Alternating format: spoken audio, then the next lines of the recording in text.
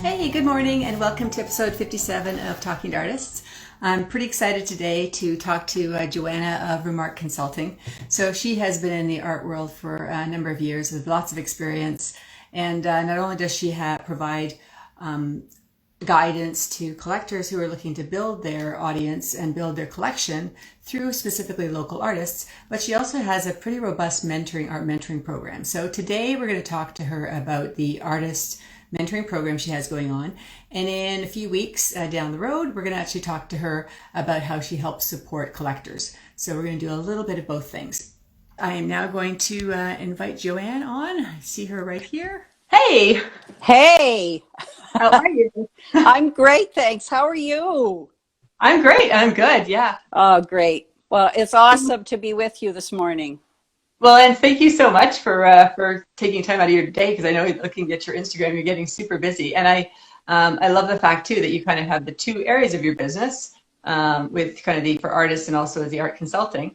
But I understand you're also quite involved in the Art Gallery of Guelph with their program. So maybe you could tell us a little bit about your history, how you got to where you are, and then we can talk about stuff you can do to help artists. Love to.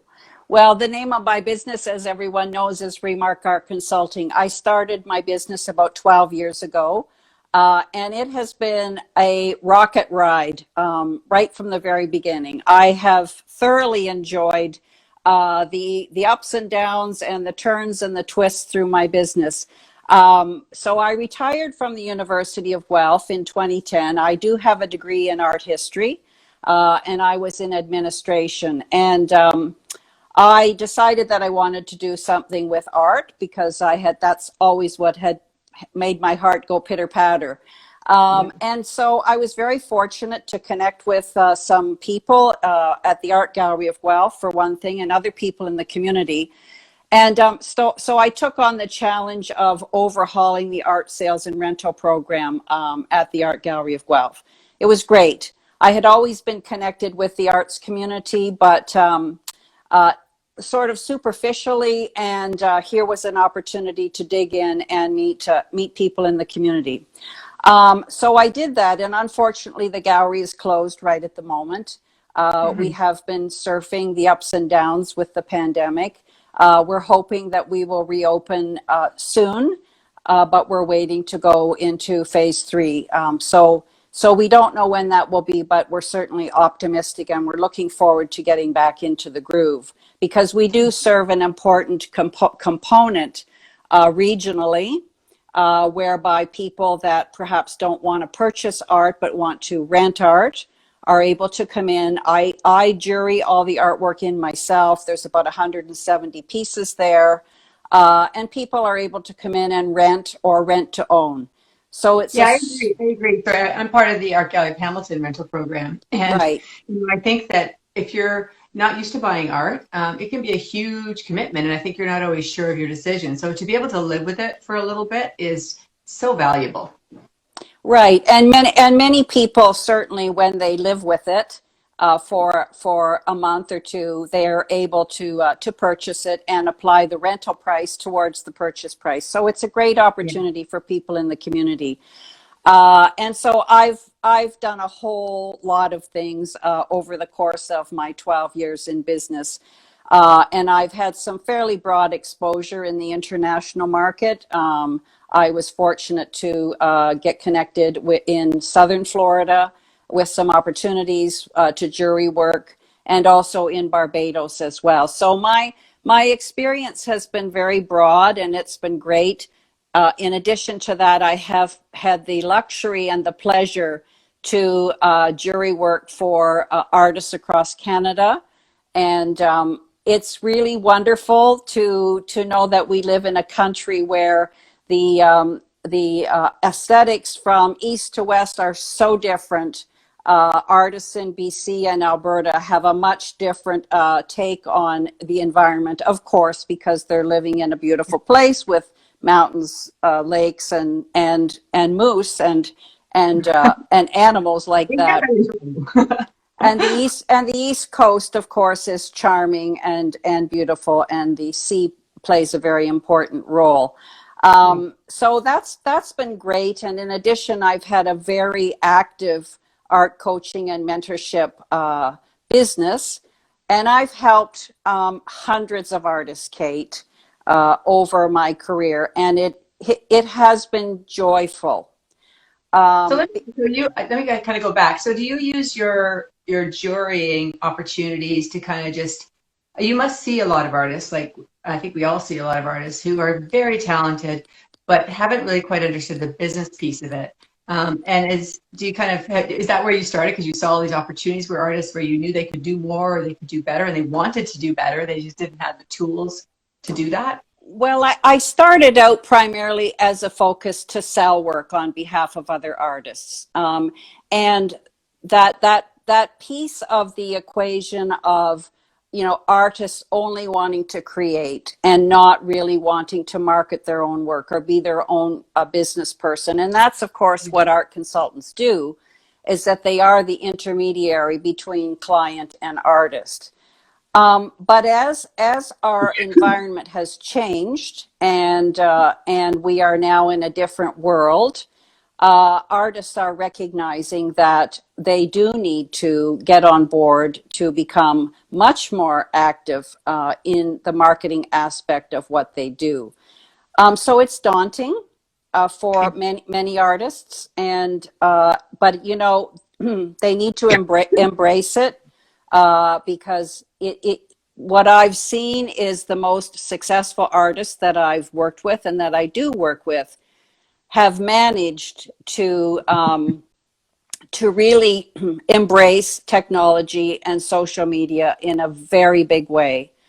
And I often wonder, sorry to interrupt, but I often wonder too, the myth of the artist is always that they only want to be in the studio and they don't want to do the business. And I wonder how much of that is actually the fact that if you've been a full-time artist all your life, art schools don't teach you any of the business. They don't teach you actually any of the entrepreneurial skills. So it may not even be as much that I don't want to, but it's highly intimidating because I have no idea how to go about actually doing that because the opportunities are hard to build and gain that business experience.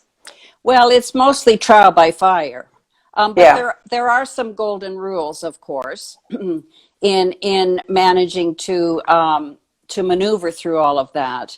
And the one thing with social media, whether you're dealing with people on Instagram or clients or other artists, or you're dealing with potential buyers face to face, whether it's at an art exhibition like the Toronto Outdoor Show or Riverdale or some of the other shows, it's always about being professional and really knowing how to nurture relationships with people.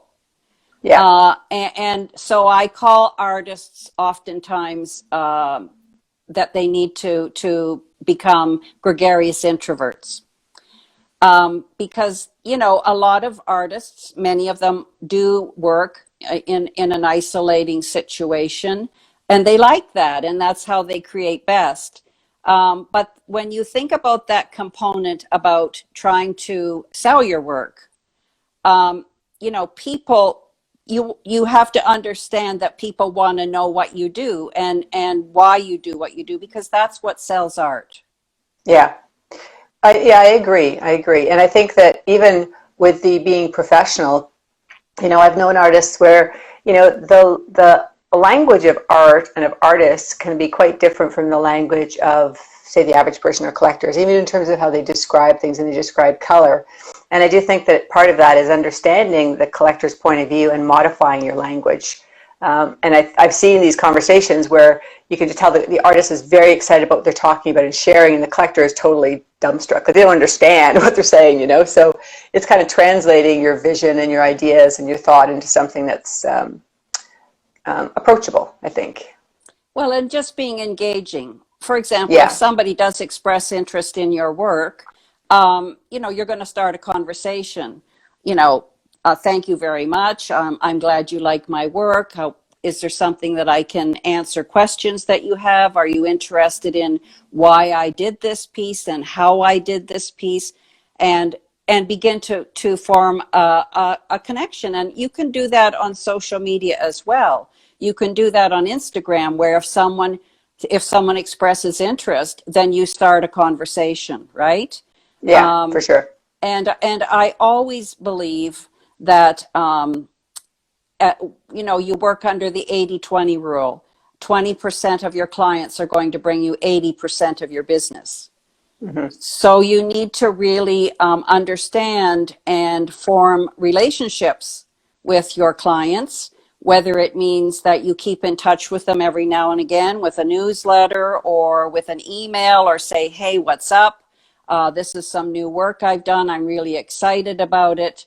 I wanted you to have a first look at it. What do you think? And always, always, always treat your clients with respect and give them white glove service. So Yeah. many times I have gone over and above to make sure that I satisfy my clients' needs so that they come back. And they refer. Like, I find a lot of my referrals or my new clients are referrals from previous clients. So you keep them happy. It's kind of the gift that keeps giving. But I want to start right at the beginning. So if I am an artist who feels like I've got the art piece of it down, I think, I'm now ready to look at doing this professionally. What would be maybe the tips you can give to just sort of starting off? And I know that on your website you talk about building confidence and honest critique. So how would you kind of structure that, or how would you help me through that if I'm a very beginner artist, emerging artist? Well, Kate, I have come across different types of artists in my day.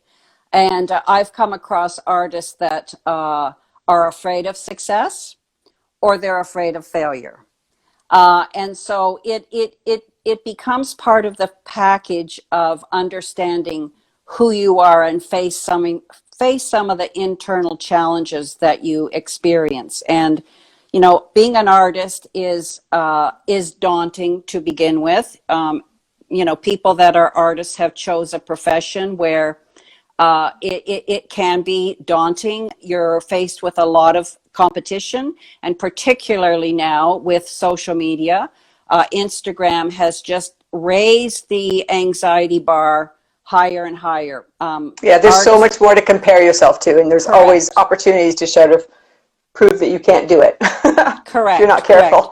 Yeah. Correct. So I always start with the position of artists understanding why they want to be an artist, and what that means. We're not going to talk about the 10,000 hours that you have to put in, because every artist does have to do that. And I have yet to meet an artist that is successful based on luck. You create your own luck as an artist, and you're willing to drill down and commit and be determined and be able to take criticism from either other potential clients or other artists. But the one thing I think that's just, I just want to touch on that a bit, because I think that's a really, really important part of growth that I think that is also very hard to do. And it's one of the things I think I didn't fully appreciate when I went to art school, but I really appreciate it now, is learning how to give and accept constructive criticism that's not intended to beat you up or be mean. It's intended really to help you become better.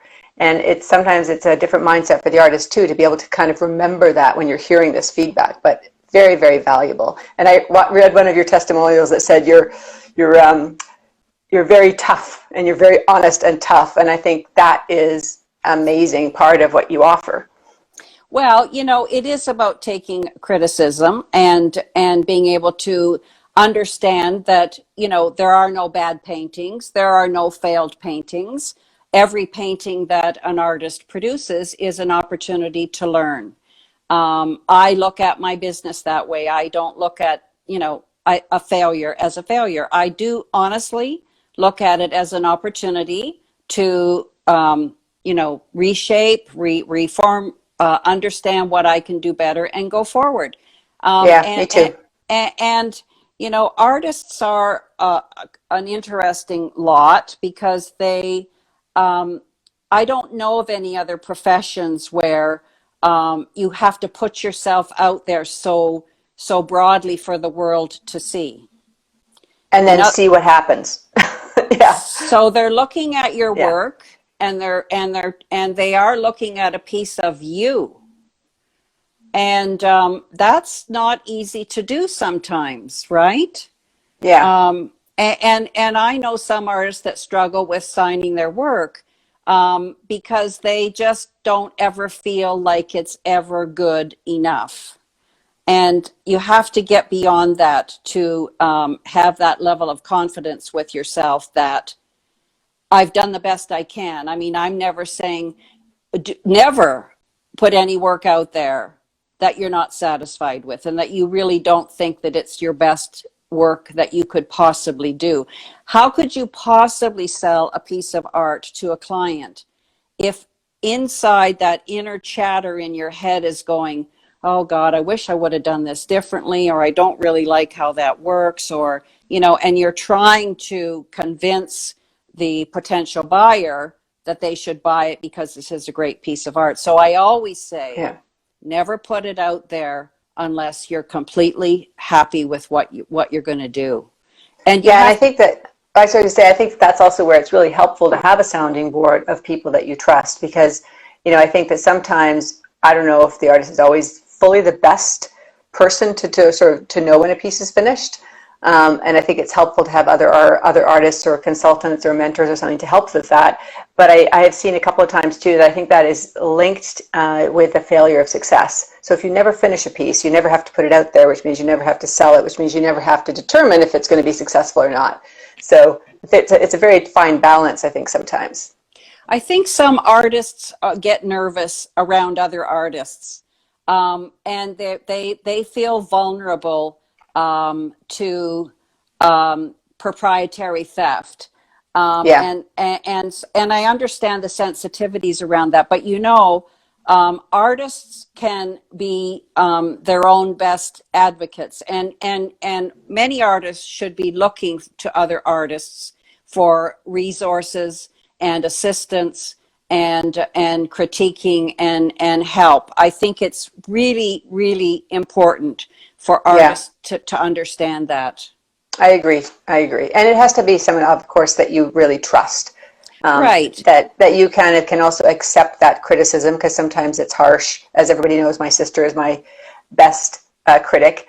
And sometimes what she says is harsh, and you're like, you get your back up and you're like, no, she's totally right. Like, you have to think about it. She's not trying to hurt me. She's just trying to help. Well, my job is to nurture and assist and to make people feel better. And you know what? It's always about validation with an artist. That's what they want to hear. Am I on the right track? Am I doing something that is saleable? And what can I do better? And if you can sit through, a 1 hour consultation with me and have me share with you honestly what I think would be helpful, then you're going to stand a chance at being able to go forward and grow as an artist. Yeah. And so do you go right back to taking a look at, we've had a lot of conversations and comments about like the artist statement and the vision, and how you're taught to do an artist statement in school.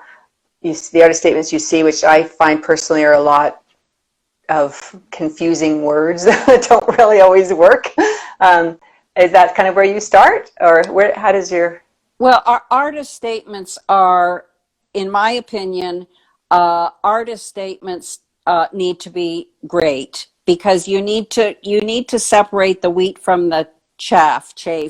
You have to you have to engage people. So when I jury a show and I look at artist statements, that really, within the first paragraph, really tells me how I'm going to feel about the work.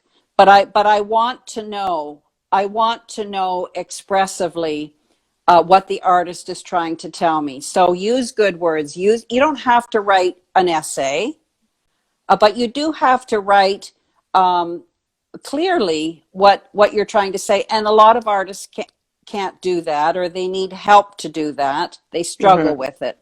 But it's really, really important. And I think that artists need to spend time in thinking about that, because honestly, an artist statement can make or break somebody's first impression, a juror's first impression of how they're going to feel about the artist's work. If I know that an artist has taken time to think about it, they are articulate, and they are really able to convey the message that they want to convey, then I'll give them some airtime. That's fine.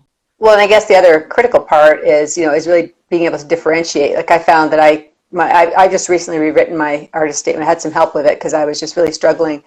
But as I was looking through artist statements, I realized, mine sounds so much like so many other artists. I'm inspired by nature, like so many artists are inspired by nature. Exactly. And when you start to actually kind of sit back and look at it critically, I kind of realized, I spent a lot of time on it, but it still isn't great. So I feel much better about the one I have now, and we'll see it, give it some time. But yeah, I think that, again, it's just helpful to have somebody else's viewpoint maybe to kind of help you get out of you as the artist. What is your vision, and how do you feel about the work, and what your inspiration is? Well, you can't be all things to all people, and you can't be good at everything. Yeah, I wish you could, but no. I wish you could. So that's the reality.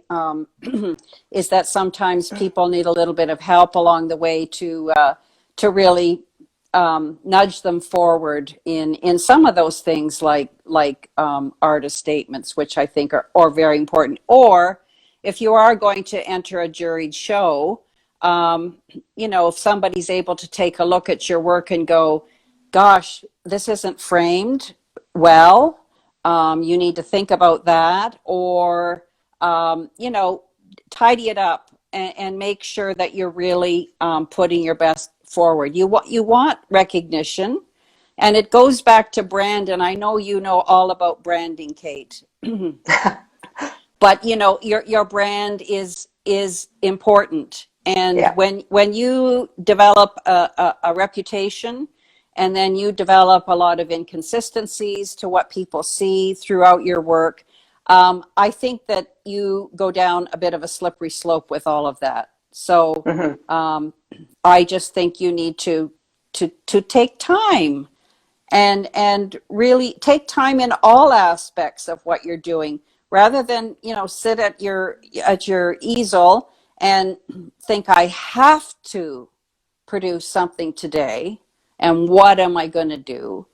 And you're forcing yourself to produce something, and invariably that's not what your best work is going to be. And in this environment where there's been a lot of worries, there's been a lot of insecurities for artists, there's been financial challenges, there's been families that have struggled with homeschooling their kids and job loss and all that stuff.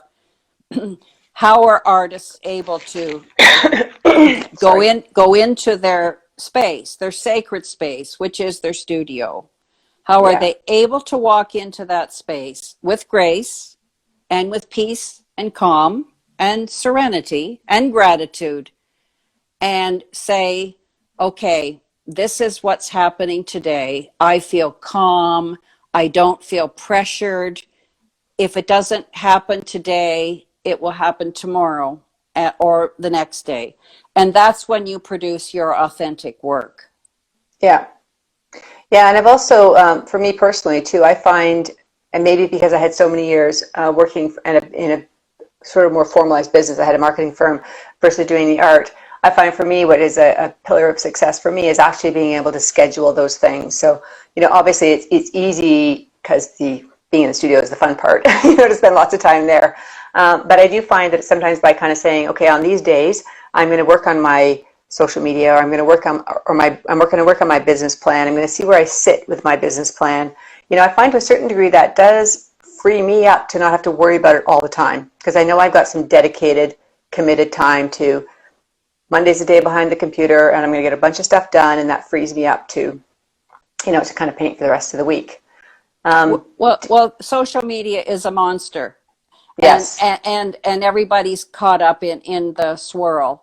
And, it can become all consuming. And if I can say that so many artists are now caught up in, the number of likes or the comments or the number of followers, and it's really driving artists insane. Yes. And I say, pull it back a little bit. And so if you want to devote 15 minutes at the beginning of your day or whenever you feel good, 15 minutes of your day, if you have to set a timer, set a timer. You're going to do your social media. That's it. And how you're going to compartmentalize your day. So, you're going to answer the emails in order. So you're not going to look at 15 emails and start, you're all over the place. You're going to respond in the order that they came to you. You're not going to take phone calls if you're committed to other things in your day. It's really important because I understand that it gets all consuming to try and do too many things, and then it's overwhelming, and you get nothing done. And you get nothing done. Yeah. You get nothing done. And I found that recently. I don't know what I was just doing the social media and not really thinking maybe about what I was doing. And Julia Veenstra called me up. She goes, Kate, for a professional artist, your Instagram feed looks like a dog's breakfast. And I'm like, she's totally right. I don't know what I was doing. I'm just like, she goes, are you a gardener? Are you a kayaker? Are you a painter? I'm like, yeah.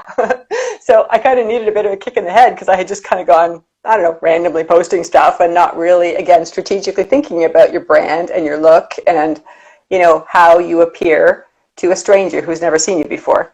You start to get into the habit of thinking, oh, it's just my artist friends. They know me, right? But that's not the point of it. So important. And actually, there are people now in the business who do Instagram audits.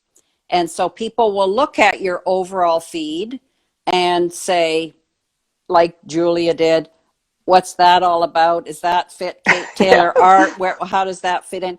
Because it drives me crazy when artists, post their favorite martini, or they they post a picture of their dog or in the morning.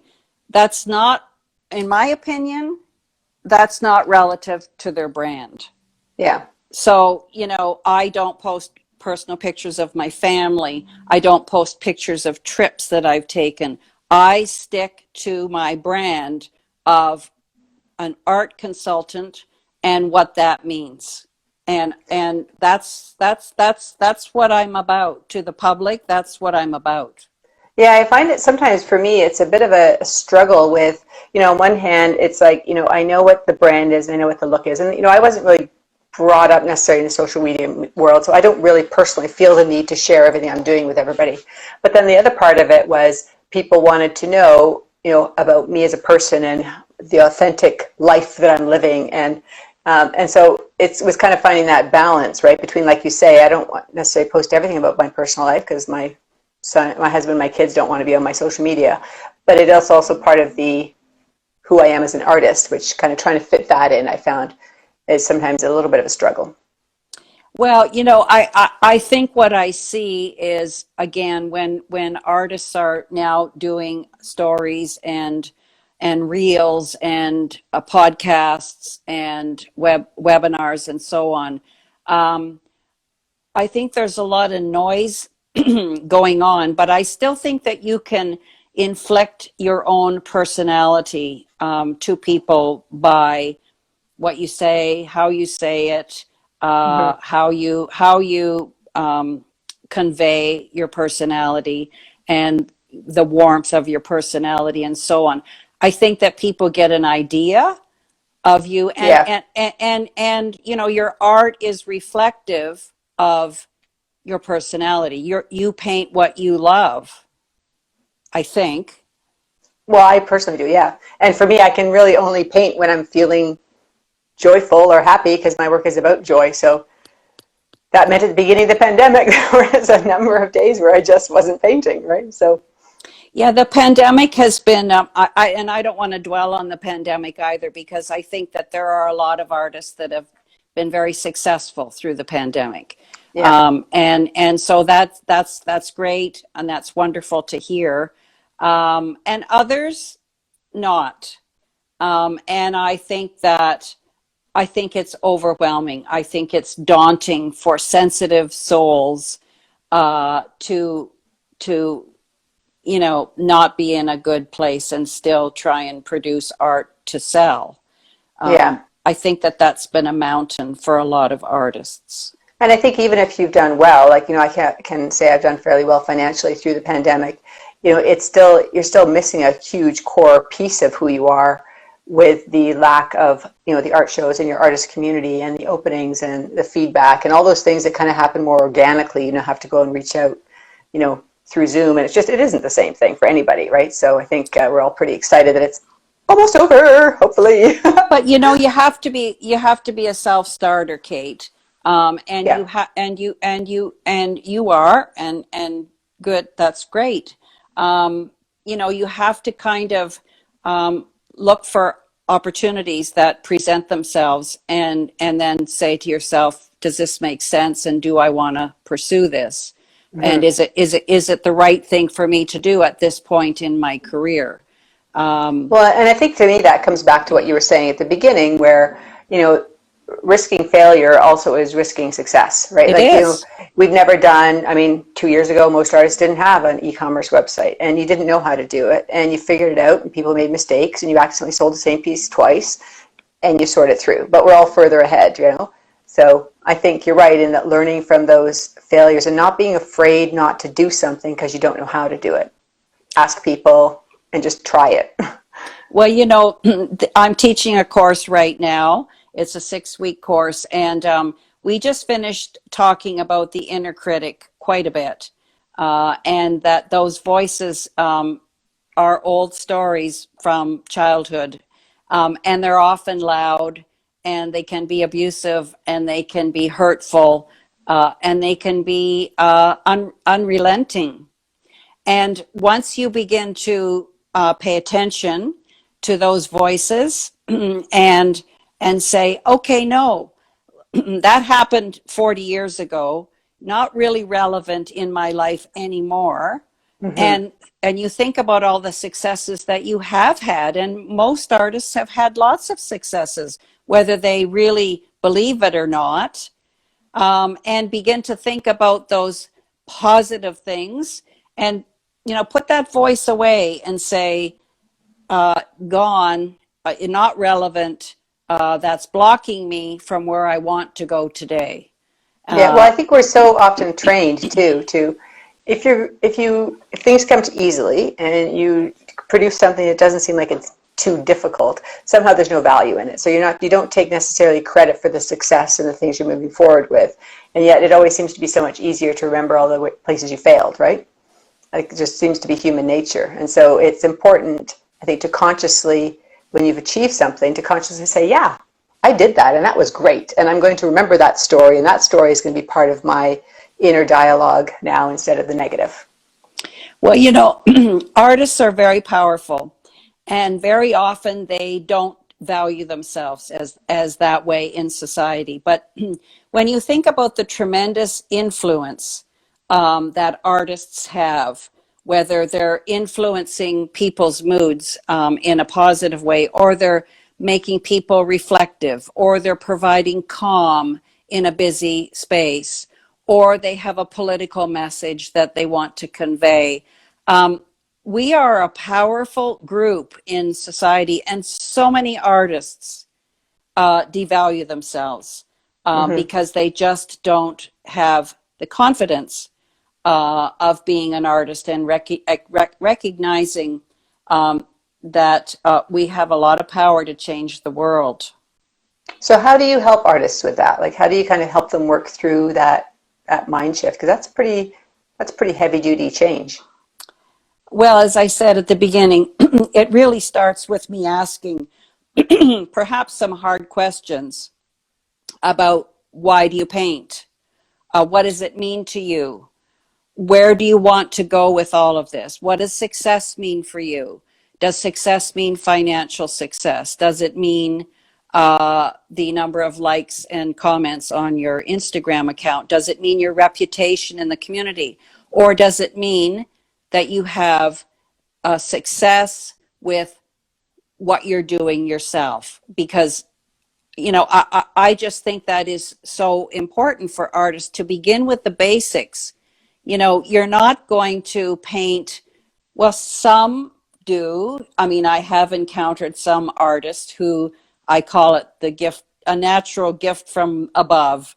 They're not, I don't see them often, but they are self-taught and they have magic in their fingertips. They can just do that and do it well. And I say, as an art consultant, and I look at art, Kate, every day of my life, I can tell when an artist has painted authentically and they've painted from their soul, because art then speaks. Mm-hmm. And buyers know that too. So buyers may not be articulate in understanding the nuances of composition or color theory or any of those things, but buyers know a good painting when they see it. They respond kind of viscerally or instinctively to the work. They respond. So Yeah. I start at the basics with an artist, and oftentimes artists are lost. They are completely lost. They've lost their confidence. Even established artists through the pandemic have wavered, and they've doubted themselves, and the sales have not been forthcoming, and that has been really a serious ego a blow for many artists, because that was a really rough time at the beginning of the pandemic. And so I start at the beginning where I want to know what makes you tick as an artist. Where do you want to go? What do you want to do? What's your goal? What makes you happy? Do you think that you found your lane with what you're doing, or are you still exploring? And that's okay. Explore, learn, grow, take courses, talk to other artists, read, educate yourself on what's going on in the world right now. And then, then you pick up your paintbrush and then you begin to think about how you want to express yourself on canvas for the world to see. And how do you help artists do that? It's always a bit of a fine line between, looking at another artist's work and reading and seeing it and being influenced by it, and then I won't say like almost accidentally, I won't say copying because that's not what I'm looking for, but sometimes you can end up with pieces that look very similar to other artists where someone's admired them, and the intent certainly isn't to copy. The intent isn't to steal someone else's look or brand, but it's kind of an exploration they're going through, but then it becomes out there in the public domain, and that's, I think, always a bit of it's a challenge for artists if you see other people who are doing your work and then presenting it, to galleries or shows. But I think also even if you're trying to find your voice, sometimes it's hard to kind of, I don't know, I'm always torn between, I'd love to take classes, but I'm afraid that I'm going to then, accidentally start to incorporate someone else's vision into my own and muddy my own vision, but also then take something from them that's not really mine. Well, honestly, when you think about successful Canadian landscape painters currently that are in the market and are selling well, there's a lot of similarities between what they're doing, their palette, their interpretation of Canadian landscape. There's only so many ways that you can incorporate pine trees and rocks in Georgian Bay. All right. That's true. Yeah. So there will be that risk that, it looks like your work is very similar. I see that a lot. But I think the important thing is that you're doing it honestly. You're not plagiarizing somebody else's work. You may be subconsciously incorporating some of the things that you've seen, but that's okay. You can defend that because it is your work. It is your idea. If it's an out and out plagiarism, then you've got a problem. But that's not to say that people won't buy your work. It's just how you feel about it inside, I think, right. So it's more of an intent and sort of you exploring your visual a kind of the visual conversation you're having with the piece versus, I mean, pure plagiarism, the intent is to plagiarize. So I guess that's a very different It intent is. too. It's totally different. Yeah.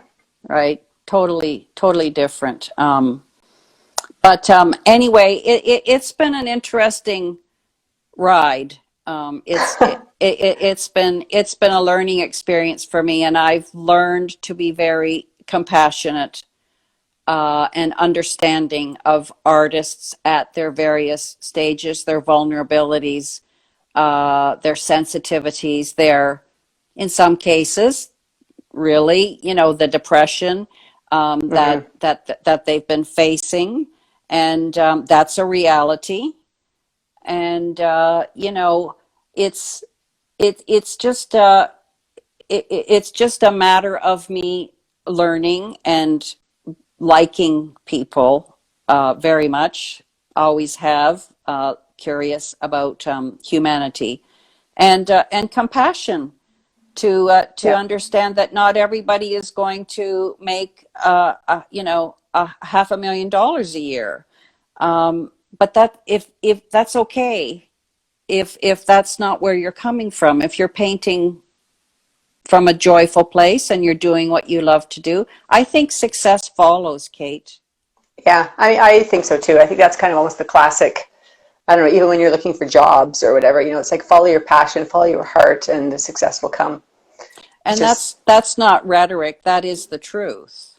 Yeah, I for sure believe that. But then maybe I've just been really lucky and blessed to have had really fun jobs I've really enjoyed, with doing marketing and having my own business, and including being an artist. I get a lot of personal enjoyment and joy out of it, as well as obviously sharing the work with others is a pretty cool thing to be able to do. I just wanted to quickly raise one point that I feel strongly about, and that is that all of us play a role. All of us in the arts play a role in dispelling the starving artist myth. Totally agree. Because it is so prevalent out there. I come across it constantly with high-end clients who don't want to pay full price for something, or artists who don't carry their own voice with confidence and say, well, yeah, I haven't sold in, a month or two, and I'm really anxious for a sale, and, I've got to pay the bills and so on. That attitude is not helping what we do best. Yeah. And not every artist is starving, and not every artist needs to sell their work for half price. Well, and I think, again, I 100% agree with you, and I really hate that whole mantra. And I think that to a certain degree, it comes back to confidence, because, a lot of people, when they're starting out in their careers, you kind of fake it till you make it, and art is no different. Like, if you haven't sold anything at this show, well, nobody should know, except for you, right? But I really feel that the other thing, too, is that it is important to take a bit more of a business approach to your business of art, in terms of, have a business plan, even if it's one page, to kind of say, who's your target market and who are you trying to touch and how are you going to get there? And I personally feel it's really important to have a revenue target. And it doesn't have to be ridiculous. It just has to be something that you have something to kind of gauge against. And I think sometimes, I don't know, for me anyway, sometimes it just puts the fire under your ass when you're kind of feeling lazy at an outdoor show. And it's like, no, this is part of my job now. I'm not being the artist now. I'm being the client contact person. Absolutely. How are the outdoor shows being received, Kate? Are they operating now in a bigger way, or are things still under the radar? Not really. Toronto Outdoor is still virtual. Riverdale Art Walk is virtual, but we were able to do this tent tour. So there were small groups of artists across the city that were showing. So there were 8 of us at Art Alchemy. This weekend is traditionally is a studio tour. So that was always kind of a studio tour, and now it's kind of outdoors. I think the city is thinking they might look at changing permits, hopefully for August, because we have another Riverdale in August we're hoping to be able to run. But September is going to be super busy because all the shows got pushed to September. I think you could have about 6 weeks of shows constantly if you wanted, from September to October. So there will be outdoor shows then full force? Yeah, for sure in September, and I think there's smaller shows that are happening. So, I believe, for example, at Toronto Outdoor, they've got stuff at Stacked Market, so it's smaller groups of artists that can kind of go and so people can see it. But I think people are just looking forward to. Oh, sorry. People are looking forward to just meeting people and going out to do something interesting. Artists are looking forward to talking to people. I had to really stop myself from talking too much because it's kind of like, ooh, a real person. I'm so excited. A real person. Yeah. But yeah, generally I think that it's time, and also then travel. Like, I'm doing Art San Diego and a show in Washington Awesome. in October, and I'm looking forward to kind of resurrecting that piece of it because it's great for the business, but also I enjoy traveling, and it's a good opportunity to do both at once. I think I had a notification from Art Toronto I think it's October 29th at the Convention Center. Looks like they're doing a mix of in-person and virtual. I can't imagine some of the big shows like Art Miami or Art Basel where they had to do everything virtually. That was such a challenge. Yeah. So I think for sure, I suspect that we will always be changed. Like I think there always will be now a virtual component for all these shows. It just feels like it makes sense and you can reach a broader audience, which is good, although it's a lot more work, a lot more inventory control and inventory management and all that kind of stuff. But yeah, I'm looking forward to it. In a way, it's a bonus. I mean, if these things are going virtual and in person, bonus. I mean, more exposure for your work. Yeah, absolutely. I think that it's all going to be a good thing. So I think once we kind of get back into the momentum, I think when artists are feeling a bit more comfortable and confident because they have their foundation of shows and real people they're talking to, and they're rebuilding their databases and they're rebuilding their leads that are coming in for commissions and stuff, then I think that will kind of help reduce anxiety. I think so too. And I've always said viruses don't kill art. That's right. So, just people need to stay committed and go forward as best they can. Yeah, I agree. Right. So maybe you can just, because we only have a few minutes left, and I did want to make sure that people understand about your program. And I think you've partnered with the Jealous Curator on some of this stuff. Is that right? She was our guest a few months ago. Yeah, lovely woman. So Lisa and I partnered up to try doing a course online. It is a 6-week course. We have a wonderful roster of students, 2 from the U.S., 1 from Barbados, 1 from Quebec, and the others are from Ontario. So we just started last week. It was very well received. We've given students homework, and everybody's excited for Module 1 to do their homework. Good. And we will be going forward for the next 5 weeks. Lisa will be teaching 3 courses, and I will be teaching 3 courses. And we'll see what happens. If it catches fire, we're hoping to introduce it again in the fall. But by all accounts, it's a good group that we're starting with. And I think it's been fun and I think we'll have an opportunity to spend some individual time with the artists and I think everybody will get to know each other and learn from each other. And our goal is that we're not going to be teaching them. They're really going to be learning themselves. Yeah. So you're facilitating their thought processes, really, like trying to pull it out of them and make them commit to what they want to do. For sure. And I'm always open to art coaching and mentorship opportunities. It's been busy and I've enjoyed that. I've done it from coast to coast, and it's great. I would much rather be in somebody's studio and having a beautiful face-to-face conversation, but if that can't happen, I'm happy to do it on Zoom. And sometimes artists need, 2 or 3 consultations to get them up and running. But like you were just saying too, your business also has expanded by being able to do this online, right? Versus being geographically limited. For sure.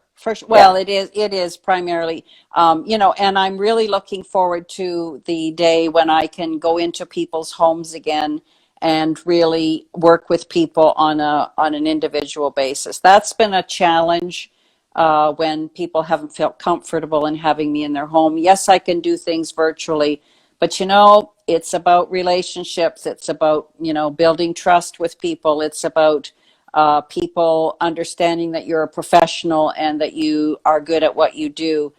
That's what's important. And we just have one quick question. Is this program designed just for the business part of art, or are you also coaching people to find their voice through their actually art? Is it also art mentoring in terms of the process? It's both. It is both. And so there are 6 components to the course, and we're doing a little bit of both because Lisa and I have different experience in different areas. So we are teaching what we think we can do best. So I'm tackling things like, you know, finding success and defining success, and you're working with that scary critic that abounds in you so freely and frequently. And I will be talking about things like time management, and Lisa will be focusing on social media issues, and the client is king, working with galleries. She has a lot of gallery experience. So she will be talking about her experience to the artists in the group about connecting with a gallery, how to approach a gallery, and that kind of thing. So this is the first time, and I'm really hoping that we will be able. We worked hard to put it together. We work well together, and so I think we will be able to go forward next time and build on it. We don't want to have too many students because that way we don't really get to know anybody on a personal level. So it's 10 right now, and it's great. That sounds wonderful. And so they can find you at remarqueartconsulting.com? They can. Okay, well, excellent. .ca. .ca. Okay. Yeah. And I have 17 seconds left, so I've got to let you go. Okay, that's awesome. But I really appreciated the conversation. Thank you. Very enjoyable, Kate. Thank you so much for the opportunity. Good luck to everybody. Thanks so much for your candor. I'll guess. Yep. Thank you. All right. We'll talk to you later. Okay. Bye-bye.